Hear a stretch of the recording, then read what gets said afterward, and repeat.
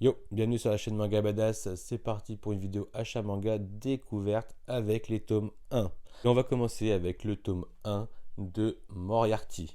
Il est connu de nom, euh, même pour ceux qui n'ont pas lu les aventures de Sherlock Holmes, comme étant son plus grand antagoniste.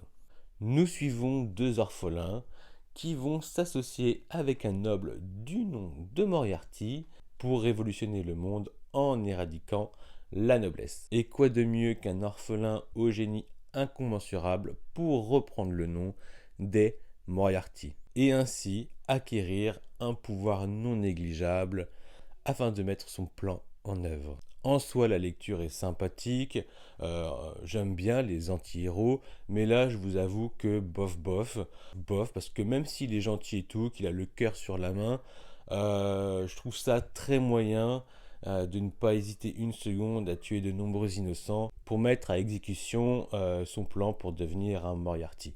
Il fallait qu'il n'y ait pas de témoin, quoi. Après, les dessins, c'est pas vraiment ma cam. Ils ne sont pas moches, loin de là. Mais peut-être que je trouve le trait un peu trop fin à mon goût. Et niveau scénario, il faut espérer que l'apparition de Sherlock Holmes change un petit peu la donne. Peut-être qu'elle pourrait faire la différence, mais actuellement, avec le tome 1, j'ai pas spécialement envie de lire le tome 2. J'ai l'impression d'être dans la même situation qu'avec ma lecture Les héros de la galaxie. Il faudrait un élément en plus pour me donner envie de lire la suite.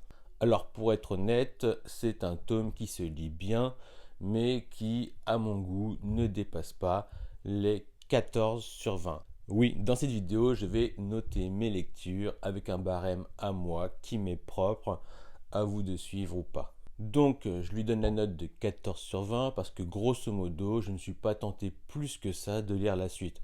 Après, si on arrive à me la vendre, à me donner envie, ce ne sera pas la première fois que je change d'avis. C'est déjà arrivé avec des titres comme Jagan ou Hell's Paradise. Et depuis, c'est vraiment des séries que je suis le jour de leur sortie, tellement je les apprécie. Donc, qui sait, avec Moriarty, rien n'est exclu. Mais ça restera sur un 14 sur 20 actuellement sur le tome 1 car je ne suis pas saucé suffisamment pour avoir envie de lire le tome 2. J'ai également acheté et lu le tome 1 de Bastard Brothers. Alors, à la vue de la première de couverture, je suis déjà conquis. Pour rappel, à travers cette nouvelle licence, nous retrouvons le mangaka de Lady Boys versus Yakuzas. Et je ne sais pas quoi vous dire, hormis que ce que vous voyez là est fidèle à ce qu'on retrouve dans le manga. Le niveau des mers monte inexorablement, ce qui sert de prétexte aux deux frères pour se retrouver dans une baignoire. Et ce, dans tous les sens du terme. Ils se retrouvent en tant que frères et on peut dire qu'ils sont un peu dans le même bain. Mais surtout, ils se retrouvent confrontés à des dangers tels des requins boulimiques prêts à manger tout ce qui bouge. Alors vous le devinez, c'est complètement déjoncté, rien que les deux frères sont énormes. Clairement, le plus jeune au début décide de ramener une meuf chez lui parce que pour ses 17 ans, il ne veut plus être vierge, il ne veut plus être puceau, il veut perdre sa virginité. Et clairement, en fait, il fait ça un petit peu pour foutre le seum à son grand frère qui est un casanier qui ne sort jamais de sa chambre. Voilà, vous voyez le prototype du gros qui ne sort jamais de chez lui, qui a l'air d'avoir une hygiène douteuse. Donc lui, le petit jeune de 17 ans, il a envie de dire à son frère qu'il n'apprécie pas en fait. Les deux frères n'ont plus vraiment de contact ensemble. Il y a une espèce de rancune entre eux et il a envie, comme je vous l'ai dit, de lui mettre le seum en perdant sa virginité avec une fille. Seulement pour être sûr de bien ken, il invite la meuf la plus moche de sa classe. Alors, moi, je suis déjà en train de rire parce que je revois la scène. Il faut voir la meuf, il faut voir la situation et je vous en dirai pas plus parce que ça vaut son pesant d'or. Et voilà, donc on retrouve les deux frères donc dans une espèce de waterworld exceptionnel, loufoque, dangereux, saignant avec de l'humour noir. Et pour aller droit au but, à la fin du tome, on a un cliffhanger. On a trop envie de lire la suite. Vraiment. Donc vivement le tome 2, et si je devais donner une note pour ce tome, je lui donnerais volontiers 17 sur 20, car je suis vraiment hypé, je n'attends qu'une chose, c'est de lire la suite. J'ai également acheté et lu le premier tome de Kids on the Slope. Alors concernant cette licence, j'ai d'abord cru que nous avions affaire à l'auteur, au mangaka de Demon Toon et Blood Lad. Seulement, le style graphique et même général de l'œuvre était tellement différent de ce que j'ai cru percevoir avec Demon Toon, donc un côté très shounesque. C'était tellement différent dans sa marque de fabrique que j'ai voulu situer cette œuvre dans le temps par rapport aux autres. Alors je me suis renseigné et c'est là que tout s'éclaire. En fait, j'avais affaire à un homonyme, ou devrais-je dire une homonyme, qui elle est spécialisée dans le josei. Donc là on parle pour un lectorat féminin à partir de 18 ans, donc plus âgé à l'image des seinen. Et donc ceci explique tout cela. Et je comprends mieux la relation amicale entre les deux personnages principaux, voire la bromance naissante future entre les deux protagonistes, que tout oppose, mais dont les atomes crochus forment un lien assez naturel entre eux. Là où il y a un nouvel élève enfermé sur lui-même qui fait des crises d'angoisse, il va faire la rencontre d'un gars cool, volontiers bagarreur, au sein de la même école, qui va bien sûr se retrouver dans la même classe que lui. Il y aura également une élève qui sera également l'amie d'enfance du gars cool, qui va servir de lien entre eux et la musique. Car oui, si je me suis d'abord intéressé à ce manga, c'est parce que j'ai cru comprendre qu'il parlait de musique. Et depuis ma lecture de Blue Giant, il faut dire que je suis en manque, et donc j'ai besoin de ma dose de manga qui porte sur la musique. Et je ne le regrette pas, car je trouve le récit assez complet. J'ai bien envie de voir évoluer les personnages, et j'ai bien envie de voir comment la musique va être mise en avant. Parce que comme je vous le disais, c'est quand même deux garçons que tout oppose, tout comme leur formation musicale. Le premier a une formation au piano des plus classiques, alors que le second, lui, est plus porté sur le jazz, ce qui ouvre la porte d'un nouveau monde à notre héros. Alors, c'est un récit sensible, mais bien équilibré, car on a le droit des petits enculés qui cherchent la baston, et ça fait du bien. Moi, perso, j'aime bien qu'il y ait 2-3 petites bastonnades par-ci par-là. Donc, c'est vraiment un récit vivant, bien rythmé. Et pour ce premier tome, je mets la note de 15, voire 16. On va rester sur 15 sur 20. Voilà. Pour ce premier tome, j'ai mis la note de 15 sur 20. Parce que je ne sais pas où je vais, parce que j'ai bien aimé le chemin que ça prend et que j'ai bien envie de continuer la route en lisant le tome 2, voire le tome 3. J'ai également acheté et lu le premier tome de So I Am a Speeder, So What.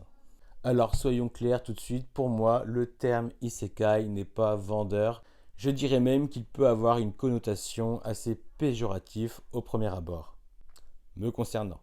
Néanmoins, il y a des isekai que j'apprécie tout particulièrement, comme il y en a d'autres qui se cachent bien de se présenter comme tels. Je peux vous donner l'exemple de moi quand je me réincarne en slime ou en Yamcha. Voilà, c'est le genre d'isekai que j'aime beaucoup, enfin qui me plaisent, donc j'ai bien adhéré. Et il y a les isekai cachés, un peu comme Gantz ou Alice in Borderland. Donc voilà, je suis quand même client d'un certain isekai. Pour rappel, un isekai, c'est lorsqu'on change de monde, et le plus souvent après une première mort. Alors, on ouvre les guillemets, n'étant pas fan de isekai, j'avais des préjugés quant au titre So I Am a Speeder, So What? Parce que je me demandais si ça flirtait pas un petit peu, si ça ne surfait pas un petit peu avec la réussite de moi quand je me réincarne en slime, et est-ce que c'était pas plutôt une licence un peu parodie ou autre? Eh bien, figurez-vous que j'ai été agréablement surpris. Au début, je vous avoue que j'ai eu un petit peu peur de la nénette qui raconte un peu sa mort, tellement j'ai trouvé la narration bateau, si peu originale quoi. Puis vient la petite araignée toute faiblarde qui galère à monter de level, Et là, c'est ce qui fait la différence avec le titre Moi quand je me réincarne en slime, que je trouvais complètement overcheaté. Donc la lecture me plaisait, mais j'ai trouvé que ça allait trop vite. Il devenait beaucoup trop puissant, beaucoup trop rapidement, ce petit slim. Alors que là, l'araignée, elle galère, elle s'en prend plein la tronche. Elle monte petit à petit. Franchement, j'ai trouvé ça marrant. Voilà, j'ai trouvé ça marrant. Je trouve qu'elle manie bien l'humour et souvent malgré elle. Après, on est typiquement dans un jeu genre RPG avec une augmentation de level façon solo leveling. Et perso, c'est ce que j'aime plus dans le genre. Bien que ça peut paraître un peu limité, mais lorsque tu vois le genre d'évolution qu'a la petite araignée, bah t'es obligé, tu rigoles quoi. Donc voilà, c'est drôle, c'est bien rythmé. Donc voilà, je n'avais qu'une envie, c'est de lire le tome 2 à la fin de ce tome-ci. Et donc je lui donne la note de 16 sur 20. Voilà. J'ai également acheté et lu le tome 1 de l'imprimerie des sorcières. Alors ce manga est un véritable bijou graphique. Les détails, les textures, les jeux d'ombre, les reliefs, tout ça c'est splendide. Niveau technique, c'est irréprochable. Mais en fait c'est un isekai. Et pire qu'un isekai, c'est un cosplay.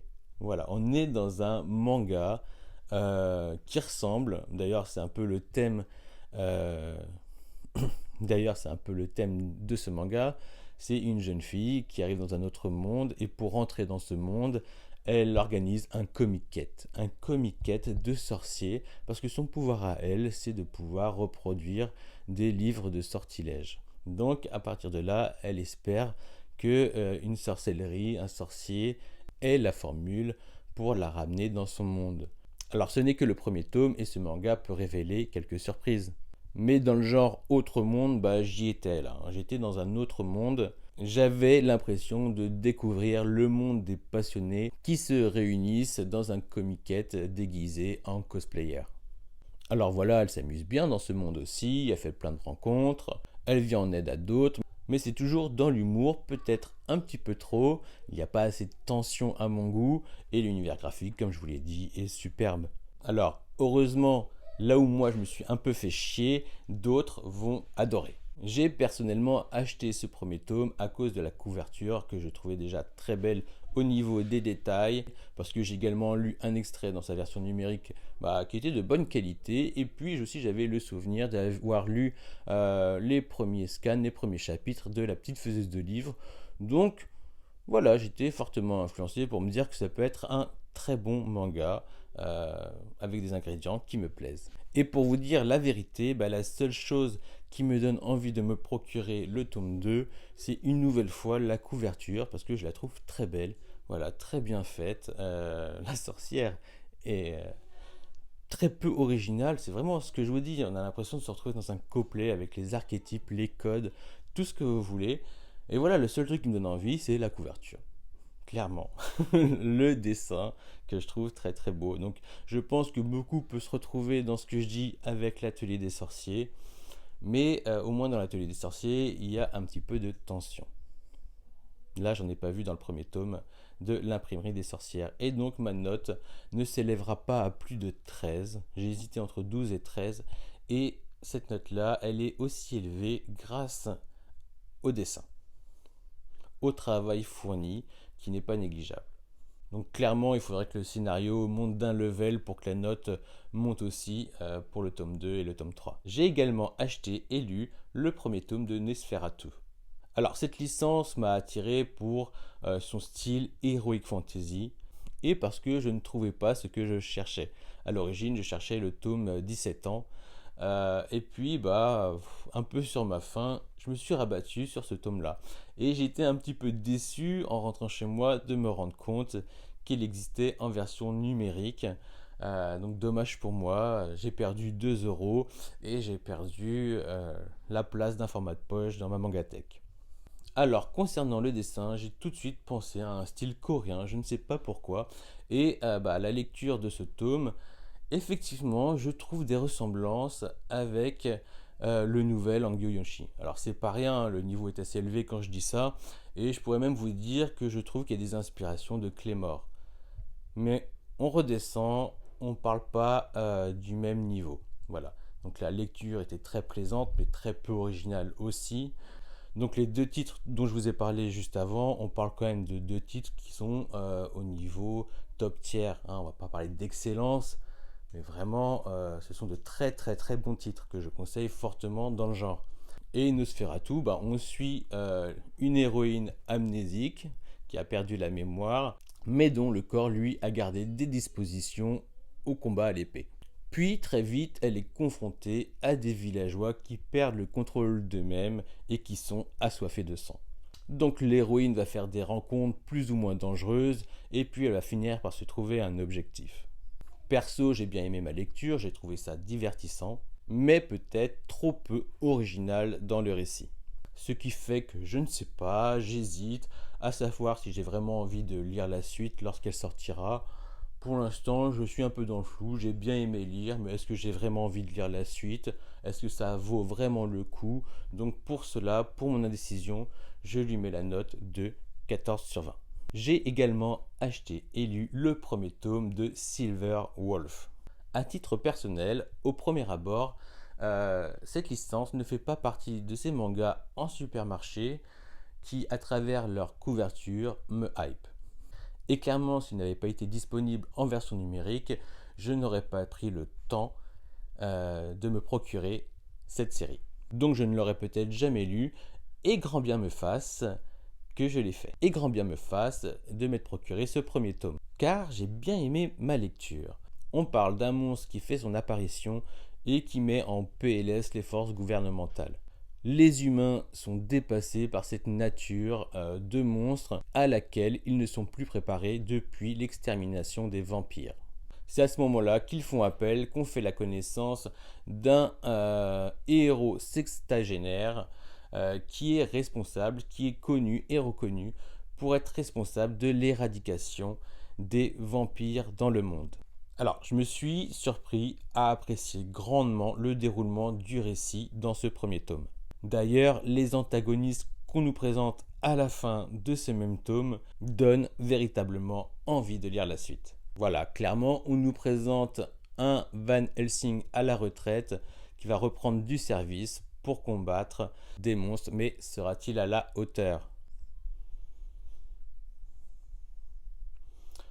J'ai envie de voir comment va évoluer le récit, j'espère juste que ça ne va pas partir en nœud de boudin. En tout cas, c'est très récréatif, avec un petit air de Jagan, et je lui donne un joli 15 sur 20. 15 sur 20, ce qui correspond à une œuvre dont j'ai envie de voir la suite, mais c'est pas du tout une priorité non plus. J'ai également acheté et lu le premier tome de Kemono Incident.